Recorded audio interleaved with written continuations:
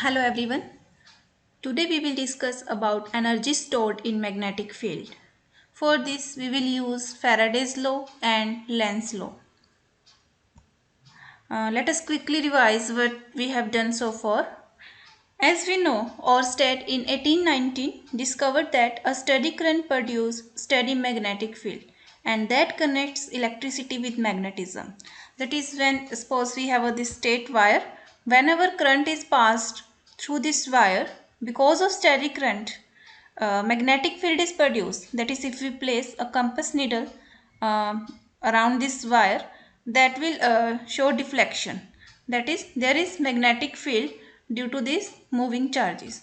So scientist moving charge की वजह से, करंट की वजह से अगर मैग्नेटिक फील्ड प्रोड्यूस हो सकता है, तो क्या इसका उल्टा नहीं हो सकता? क्या मैग्नेटिक फील्ड जो है उसकी वजह से करंट नहीं प्रोड्यूस हो सकता? So they have started doing experiment for this. Faraday and Henry, उन्होंने काफ़ी एक्सपेरिमेंट किए and they concluded that change in magnetic field also induce current.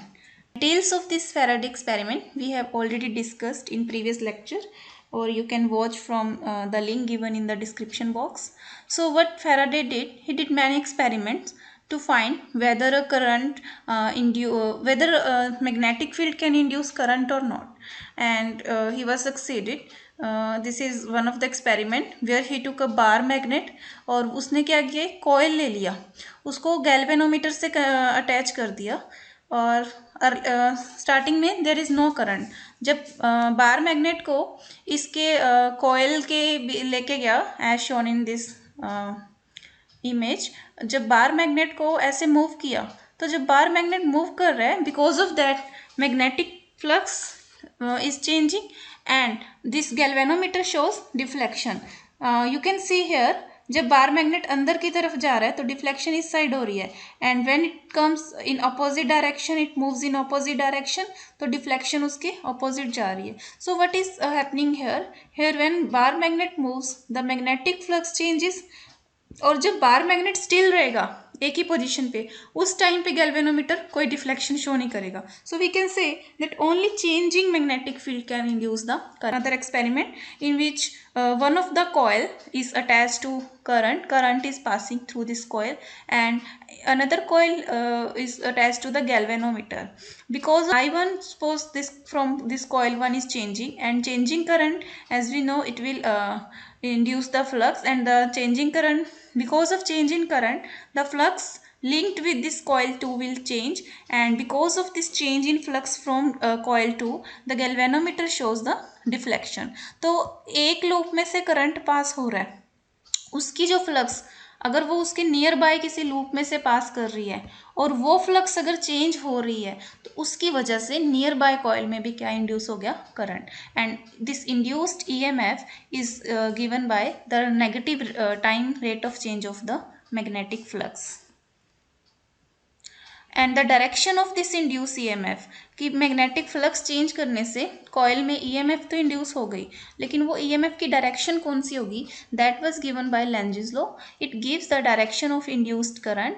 The direction of induced EMF is such that it always oppose the change responsible for its production. Suppose this is a bar magnet. जब हम इसको किसी coil के नज़दीक लेके आएंगे, तो it means इस डायरेक्शन में जो एक्सटर्नल बार मैग्नेट की वजह से मैग्नेटिक फील्ड है, ऊपर से नीचे की तरफ क्या कर रहा है, इंक्रीज. तो मैग्नेटिक फील्ड चेंज होने की वजह से इस कोयल में क्या इंड्यूस होगा, करंट. तो करंट क्लॉकवाइज होगा या anti clockwise, that is given by Lenz law. Current की डायरेक्शन वो होगी जो कि इस इंक्रीजिंग मैग्नेटिक फील्ड को अपोज करे. So it will be anti clockwise. Why? Because if current is anti clockwise, then by right hand corkscrew rule, we can say the magnetic field due to this induced current, that will be upward direction, that is B induced, so it will oppose this B external. Similarly, if we move the bar magnet upwards, so we can say magnetic field जो है external, it is decreasing. तो इसको oppose करने के लिए, इस decrement को oppose करने के लिए, the current that is induced in the coil, that will be clockwise. So these are Faraday's laws and Lenz's law, which we will now use to calculate the energy stored in magnetic field. As we know, and in case of electric field, energy stored was half epsilon naught E square. Similarly, to establish magnetic field, we also required to do work. Suppose we have a inductor which is connected to battery and switch. जब हम switch को on करेंगे तो इसमें से current flow करेगा, of करेंगे current बंद हो जाएगा. तो बार बार ऑन ऑफ करने से we are changing the current, and because of change in current flux will also change through this inductor. और उस फ्लक्स चेंज इन फ्लक्स की वजह से there will be induced EMF. Okay, so induced EMF जो है वो is that is also known as back EMF. So that back EMF is opposing this change in current. But if you want to maintain the current, अगर हमें वो current को establish करना है, in that case work has to be done against that back EMF. That is, we have to supply energy to overcome this back EMF. जो current work done against this induced EMF or back EMF, that is stored as potential energy. Now we will calculate that work. We know work done on unit positive charge against that back EMF, that will be equal and opposite to EMF अगर unit positive charge की बात करें. Also we know amount of charge per unit time is equal to I. I is the current flowing and we know I is dq by dt. और अगर हम unit time की बात करें तो this is equal to charge. So we can say total work done per unit time I, that is product of these two. Or you can see here this is dw by dt, and if we divide this by dq and multiply by dq, then dw by dq, that will be work done per unit charge, that is negative of EMF, and then we are left with dq by dt, that is I. So this is dw by dt. And EMF from Faraday's law, we know that negative of EMF is equal to time rate of change of flux into I. And phi we know, phi is equal to Li. So we will put here Li di by dt. To calculate the total work done, we will integrate this equation from initial value of current to final. Suppose initial is 0 and final value, that is maximum value of current, is I naught. So we will integrate this, that is total work done is integration from 0 to I naught Li di by dt into dt. We will solve it. So L is constant, that is inductance, self inductance, we will take it outside, and this dt will cancel. So we have only I di, and after integration solving this, we have total work done is half L I naught square. So from this expression it is clear that this work done, that is stored, that is energy stored in magnetic field, it doesn't depend upon the time and it is dependent upon L. और L हमें पता है L किस पे depend करता है, geometry of the loop. So we can say this energy is dependent on geometry and this final current I naught. और current कितने टाइम के लिए फ्लो कर रहा है उस पर डिपेंड नहीं करता. So this is another method to represent this work done, or you can say energy stored, is in terms of magnetic field. So we will do that calculations also. Then we will start from the flux.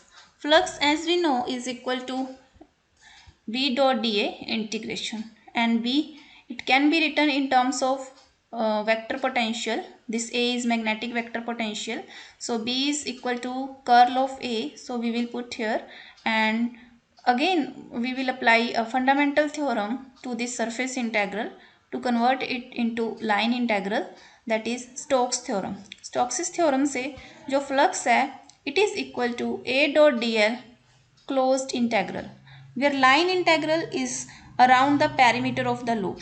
This line integral in equation 5. Phi is equal to Li. Also here from fifth equation, phi is equal to line integral of vector potential. So from fifth equation and sixth equation, we can put these right hand sides equal, and Li is equal to line integral of vector potential. Earlier we found that work done is equal to half Li square. So instead of Li we can put this. So work done is equal to half I line integral of vector potential A dot dl into I. as we found earlier, work done is equal to half Li square. So we have this expression, and now I is the current through the loop and dl is the length segment on that loop, and I and dl, if we talk about the I vector, then I vector and dl both are in same direction, both are parallel. So we can write this expression like this: half a dot I dl, because the unit vector is same for I and dl.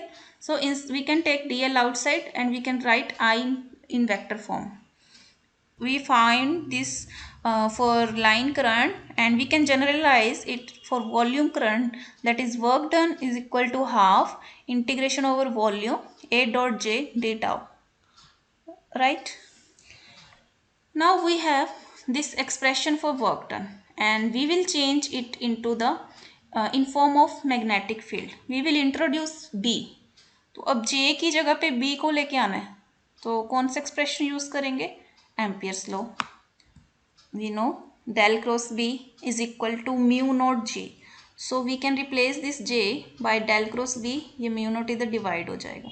तो यहाँ से from 10th equation we will put the value of J in equation 9, and W is equal to 1 by 2 mu naught A dot del cross B into d tau.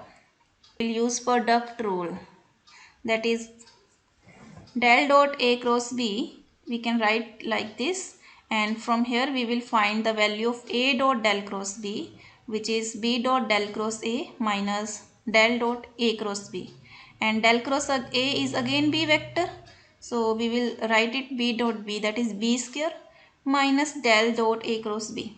So the value of this product we will put in equation 11. So we have now this single integral, it will be divided into two integrals. Value as 1 by 2 mu naught B square d tau minus del dot A cross B d tau. Okay. Again this divergence, and this is volume integral. We can again use fundamental theorem that you know, that is you are very much familiar with that theorem, that is Gauss divergence theorem, to convert this volume integral into surface integral. So this divergence can be exchanged like the A cross B dot dA. This integral is over surface and this is over volume B square d tau. So this is the final expression for work done, where this S surface, it is the surface bounding this volume. अब अगर जैसे जैसे volume increase करेंगे, this first term will increase as we will increase the volume, while this second integral it will decrease, because if we will extend, if we will go outside the volume, then current density will vanish as the surface gets farther and farther from current.